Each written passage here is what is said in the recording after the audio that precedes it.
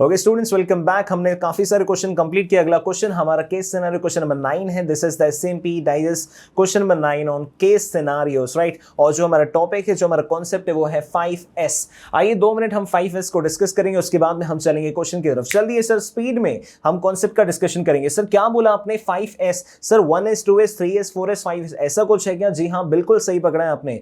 तो हमारा ये जो 5S है हमें वर्क प्लेस ऑर्गेनाइजेशन के बारे में बताता है। वर्क प्लेस का मतलब होता है कि वो जगह, वो वर्क जहां पे आप काम करते हैं, वो जगह जहां पे आप गंदगी करते हैं, वो जगह जहां पे आपका मटेरियल पड़ा होता है, तो उसे हम बेस्ट तरीके से कैसे मैनेज कर सकते हैं हमारे ऑफिस को, ताकि हम एफिशिएंट बन सके और इफेक्टिव बन सके। एफिशिएंट का मतलब, एफिशिएंसी का मतलब होता है तेजी आना काम में, और इफेक्टिवनेस का मतलब होता है कि अपना टारगेट को कंप्लीट करना, काम को कंप्लीट करना। इस काम को कंप्लीट करने में से छोटी छोटी जो हम गलतियां करते हैं अपने वर्क प्लेस पे, वो हमें ये कॉन्सेप्ट दूर करवा देगा। जैसा कि मैंने आपको बताया, ये एक जापानीज टेक्नोलॉजी, या फिर सॉरी जैसे हम कहते थे, अब ये एक जापानीज मेथोडोलॉजी है। जापानीज लोगों कैसे अपना काम करते हैं, कैसे इतने अच्छे से वो आगे बढ़े हैं, वो हमें यहां से सीखने मिलेगा। सर ये क्या हमें बताता है कि हम अपने ऑर्गेनाइज कैसे कर सके ताकि हम एफिशिएंट और इफेक्टिव कैसे बन सके। ये हमारे 5 जापानीज नाम से निकल के बना है। सर पहले होता था सीरी, सीतन, सीसो, सिकेत्सु, औशिट, सुके, और अब हम इसे इंग्लिश में ट्रांसलेट करके अगर बताएं, फिर इसका मीनिंग समझे, तो पहला वाला होता है सॉर्ट। पहला एस जो है वो है आपका सॉर्ट। सर मैं आपसे पूछता हूं कि आपके पास में खराब चीजें भी पड़ी, अच्छी चीजें भी पड़ी है, गंदगी पूरी हर जगह पड़ी हुई, तो आप पहला काम क्या करेंगे? आपको अपने ऑफिस को ठीक करना है। जैसा आपका सीए ऑफिस है, आपको उसको ठीक करना है, तो आप क्या करेंगे? आप बोलेंगे सर जो कि अनवांटेड चीज है, जो कि मेरे काम की चीज नहीं, उसको मैं उठा के पहले फेंक दूंगा बाहर। That is the point number 1 guys. Step number 1 जो आपको करना है अपने 5S टेक्नोलॉजी या फिर जो मेथोडोलॉजी, उसमें क्या करना है आपको कि जो भी अनवांटेड चीजें हैं उसको अपने ऑफिस से उठा के बाहर फेंक दो। दैट मींस सॉर्ट करना। जो अच्छी चीजें वो अंदर रहेंगी, बाहर वो रहेंगी जो गंदी चीजें, यानी कि उसको एलिमिनेट करो, हमारे जो अनवांटेड है। सेकंड पॉइंट हमारा आता है सेट इन ऑर्डर। सर अभी हमने क्या किया? खराब वाली चीजों को बाहर फेंक दिया, अच्छी चीजें हमारे पास पड़ी हुई है। इन अच्छी चीजों को हमारे ऑर्डर में हमें रखना है। जैसे कि मैंने आपको बोला कि हमारे पास में most important file step number हमारी सबसे सामने पड़ी है, और जो हमारी लेस इंपॉर्टेंट है या फिर साल में एक बार काम आती है, जैसे कि इनकम टैक्स की फाइल है, वो हमने सबसे ऊपर वाले ड्रॉर में रख दी। जो हमारे रेगुलर यूज में आती है, जैसे कि स्क्रूटनी की फाइल, जो कि रेगुलर केसेस की फाइल है, वो हमने बिल्कुल अपने सामने रखी है, और उससे हमने अलग बॉक्स का कलर रखा है, उसे अरेंजमेंट अलग दिया हुआ है। तो इससे क्या होगा? हमें हमेशा रिफ्लेक्ट होता रहेगा और हमें कभी भी ढूंढने में बहुत आसानी जाएंगे। तो ये क्या है? Putting everything in the assigned place. जो हमने जहां पे डिसाइड किया है, हम उसे अच्छी से वो जगह पे रखेंगे जो कि बिल्कुल विजुअल हो, हमें कभी भी बहुत आसानी से एक्सेसिबल हो पाए। तीसरा पॉइंट है सर शाइन। आपके ऑफिस में हर जगह नीचे अगर देखो गंदगी पड़ी, काम करने में मजा नहीं आ रहा है, आपका एनवायरमेंट कैसा रहेगा, आपके ऑर्गेनाइजेशन में काम कैसे होगा अच्छे से। जैसे कि आपकी मदर आपको हमेशा टोकते अपने घर में कि आपके क्या होना चाहिए, बेडशीट अच्छी होनी चाहिए, आपका घर हमेशा अच्छा मेंटेन होना चाहिए। तो ये वाला जो थर्ड वाला पॉइंट है, हमें शाइन के लिए बताते हैं कि अपनी चीज, अपने आइटम को साफ करते रहिए। सर ऐसा नहीं कि धोना है, हमें अच्छी क्लीनलीनेस मेंटेन करनी अपने ऑफिस एनवायरनमेंट में, ठीक है ना। Cleaning a work place and giving it a shine. इतना अच्छे से साफ कीजिए कि एक चमक उसमें से आ जाए, ठीक है ना। Giving it a shine. And fourth point is standardise. Standardise का मतलब होता है सर एक ऐसा बेंचमार्क, एक अच्छा सेट करना, एक प्रैक्टिस ऐसी सेट करना कि हम इसे अच्छे ढंग से चलाएंगे। पहले वाले जो 3 पॉइंट है, यहीं पे हमारा 5S कंप्लीट हो जाता है, लेकिन फोर्थ पॉइंट हमें स्टैंडर्डाइज, हमें बोलता है कि इंडस्ट्री की बेस्ट प्रैक्टिस अपने ऑफिस में इंप्लीमेंट कीजिए। आप ये देखिए कि आप इसे अच्छे से इंप्लीमेंट करते रहे, ठीक है ना। Defining the standard and achieve the best practice in the work area. आप अपने ऑफिस में बेस्ट से बेस्ट, ताकि लोग आपकी मिसाल दे इतना, और अपने ऑफिस में जितने भी एम्प्लॉइज है ना, सबके लिए एक ऐसा बना दो कि आपको ना इसको अपने जिस्म में घुसाना है। आप आए कि आपको साफ सफाई होनी चाहिए, ऐसा नहीं कि आज किए और कल छोड़ दिया, ठीक है ना। ये हमारा आता है फिफ्थ पॉइंट। यहाँ की हम बात करेंगे सस्टेन की। जो हमने पहले 4 पॉइंट से सीखा है, सर हमें आपको शॉर्ट टर्म चाहिए कि लॉन्ग टर्म चाहिए। मैं आपसे पूछता हूं कि आपको 1 दिन, 2 दिन, 3 दिन, 4 दिन, 5 दिन चलना है, कि आपको जिंदगी भर ये प्रैक्टिस को लेकर चलना है? Sir we have to sustain this practice. हमें इस प्रैक्टिस को सस्टेन करना है, आपको इसे हमेशा अप्लाई करते रहना है। आपको ये वाला पॉइंट समझना है कि मुझे सर कमिटमेंट चाहिए पहले 4S के लिए। जैसे कि आपने चालू किया कोई भी काम करना, आप जैसे कि डायरी मेंटेन कर रहे हैं, तो डायरी अपने 4 दिन मेंटेन की, 5 दिन की, लेकिन 6वें दिन अगर आपने नहीं की, तो आपके 4 दिन या फिर पहले 5 दिन का जो था वो काम पूरा खत्म हो गया, उससे आपको कुछ आउटपुट नहीं मिला। तो अगर आपको रियल आउटपुट चाहिए, तो आपकी जो 5th एक्टिविटी है, जो कि आपको कंट्रोल करके रखनी है, जो मैनेजर्स को कंट्रोल करके रखनी रखनी है,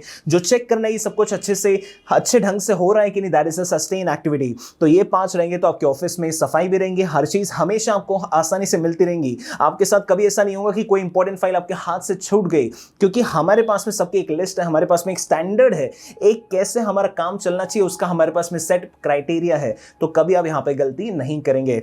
आइए सर, इस कॉन्सेप्ट की मदद से हमें प्रैक्टिकल लाइफ में कैसे काम आता है वो तो हम रियल लाइफ में और यहाँ पे हम रेगुलर लेक्चर्स में बहुत डिटेल में डिस्कस करते हैं, लेकिन यहाँ पे मैं सिर्फ क्वेश्चन को डिस्कस करता हूँ और देखते हैं कि इस कॉन्सेप्ट को इस क्वेश्चन में कैसे अप्लाई कर सकते हैं। आइए सर मेरे साथ में, टॉयज लिमिटेड मैन्युफैक्चर करता है टॉयज और गेम्स बच्चों के लिए जिनकी उम्र है 6 से 14 साल। उन्होंने शिफ्ट किया है अभी रिसेंटली स्टेम में, STEM।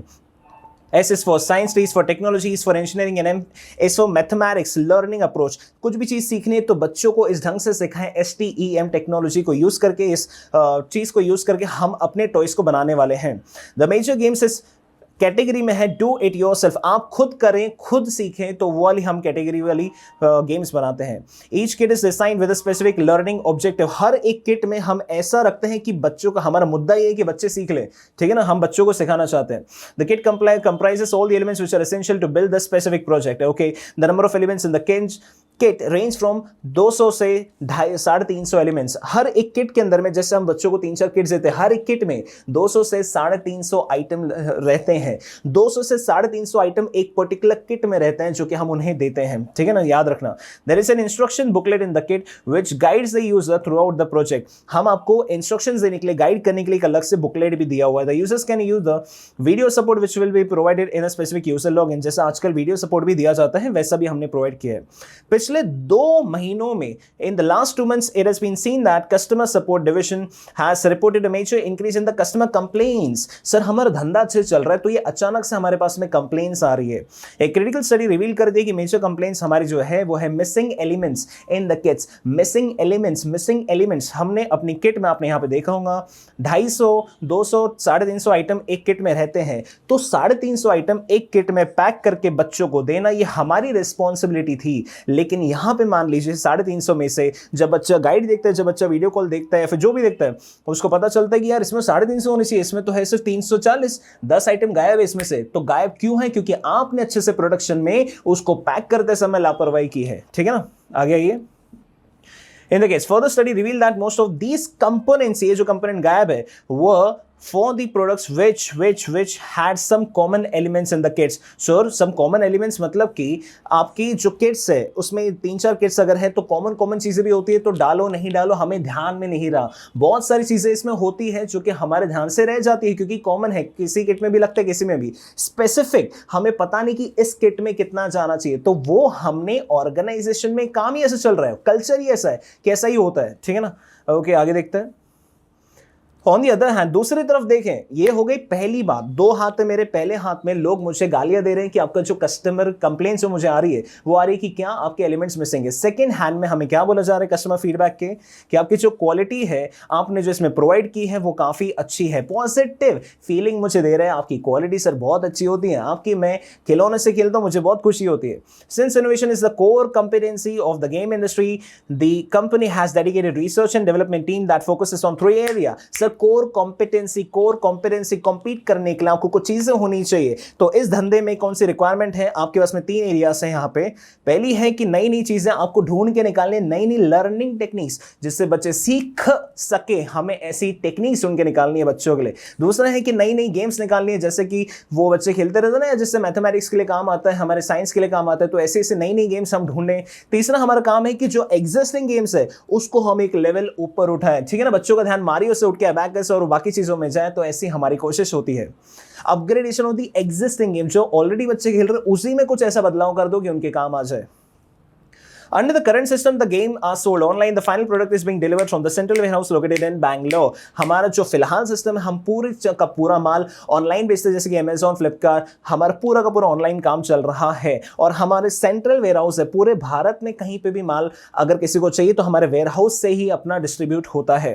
Company holds minimum inventory of the game from the central warehouse. Manufacturing facility, sir ये माल तो हमें ऑनलाइन ऑर्डर आ रहा है, अब इसको प्रोड्यूस करने के लिए जो हमें डिमांड है, हमें कहीं मैन्युफैक्चर करना होगा, तो हमारी मैन्युफैक्चरिंग मैन्युफैक्चरिंग की बात हो रही है, हमारा मैन्युफैक्चरिंग एरिया लोकेटेड है 50 किलोमीटर दूर हमारे ये वेयरहाउस से। हमारा वेयरहाउस जहां से पूरा डिस्ट्रीब्यूशन होता है, तो वहां से 50 किलोमीटर मात्र हमारा पूरे भारत में डिस्ट्रीब्यूट होने के लिए हमारा सेंटर है। Production plan is based on the demand. Production कितना करना है, हम बात करेंगे डिमांड के बेसिस पे। डिमांड यानी कि लोग कितना चाहते हैं हमारे गुड्स को, जो खरीदना चाहते हैं। 1 लाख यूनिट्स की डिमांड होगी तो 1 लाख यूनिट्स ही बनाएंगे, तो डिमांड के बेसिस पे हमारा प्रोडक्शन होता है, ऐसा नहीं कि बना के रख दिया। So I think so they are following just in time methodology in this company as per the instructions from the central warehouse. The chief quality officer is responsible for the quality of the product from the procurement of the raw material till the final product is delivered to the customer.